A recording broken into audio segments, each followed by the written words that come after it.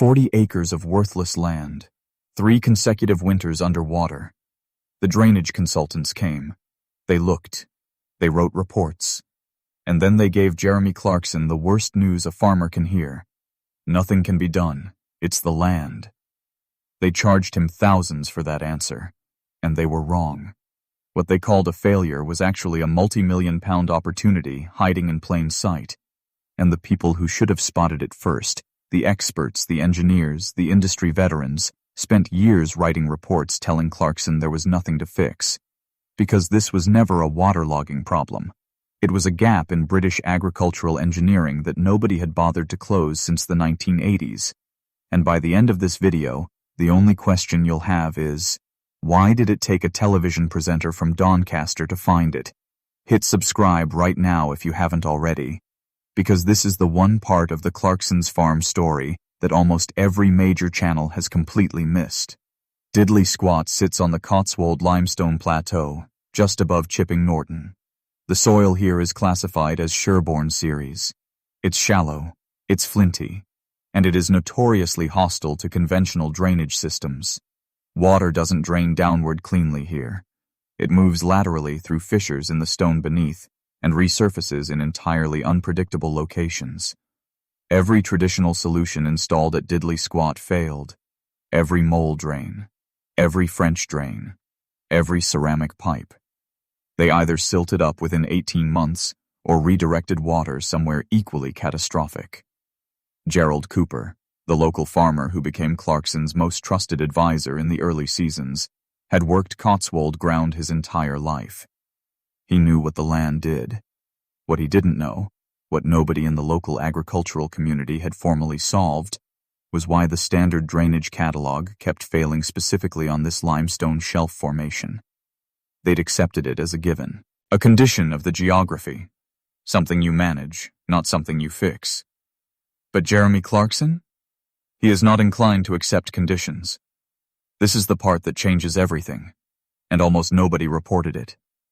What happened between Series 1 and Series 2 of Clarkson's Farm wasn't just a television production gap. Inside that gap, a small team working directly with Diddly Squat's ground conditions developed something revolutionary. A modified ring drainage insert. It's a relatively simple physical component that addresses the specific failure mode of standard drainage installations on fractured limestone substrates. Let's be clear, this is not a digital product. It's not a brand extension. It's a physical, manufacturable, patentable piece of agricultural engineering. It was never a hobby project. It was a necessity that became an invention. And the drainage industry, which had 40 years to solve this and hadn't, suddenly had a problem. Here is what most people who cover Clarkson's Farm never look at. The business at Diddly Squat is not one business. It is not even 3 businesses. When you map the legal entities surrounding the Diddly Squat operation, the farm trading company, the production company, the licensing arrangements, the Hawkstone Brewery structure, the pub entity, there is one more. A separate intellectual property holding structure that has attracted almost zero journalistic attention. That structure exists for a reason. Intellectual property doesn't get its own legal home unless someone intends to do something serious with it. Agricultural engineers who have reviewed the drainage insert concept, and several have, because Clarkson discussed it publicly in a non-sensational interview that most entertainment journalists skipped entirely, have placed an indicative commercial valuation on the underlying innovation. Approximately £4 million in licensing potential across the UK drainage product market alone. Scale that across comparable limestone geology in France, Germany, and the American Midwest. The number climbs considerably further. Nobody laughed at this one.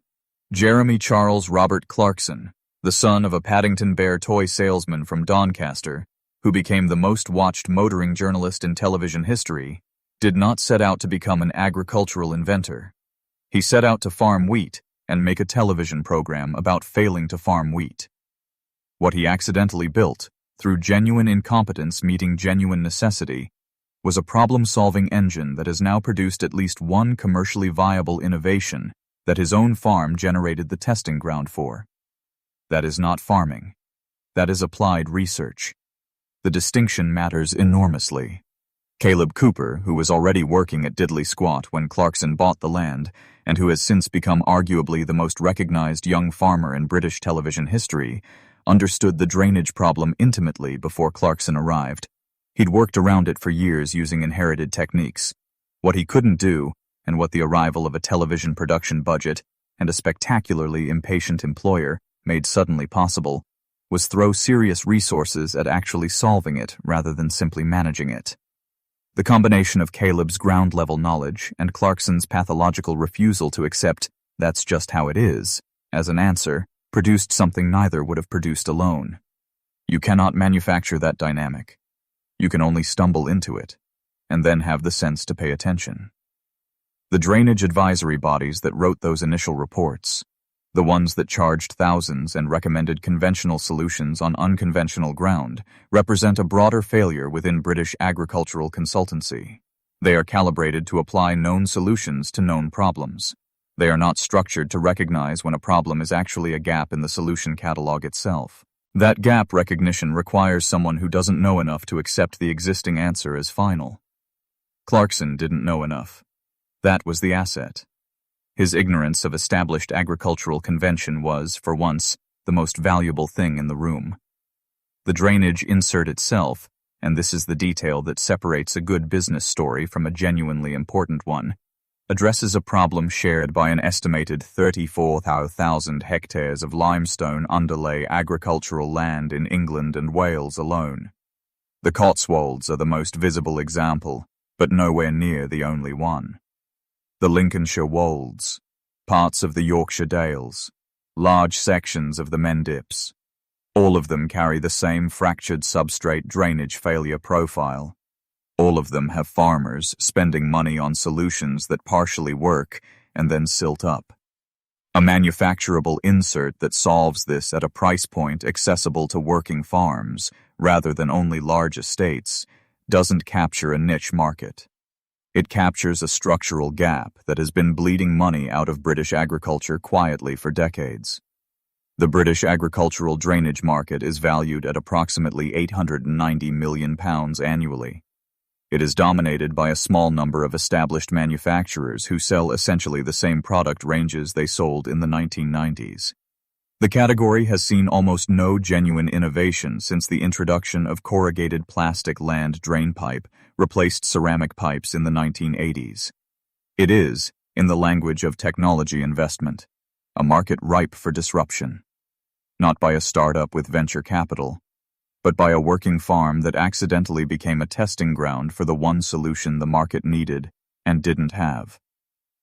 Carlsberg looked at Hawkstone and offered £50 million. They saw a beer brand.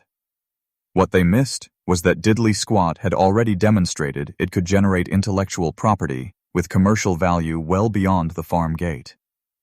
A drainage product is less glamorous than a brewery. It is considerably more defensible as a business asset. Glamour fades. Utility compounds. Now consider what Clarkson's Farm, the television series, actually is from a purely commercial perspective. When you strip away the entertainment framing entirely, it is a fully funded, Amazon-financed research and development environment operating on 1,000 acres of genuinely difficult agricultural land.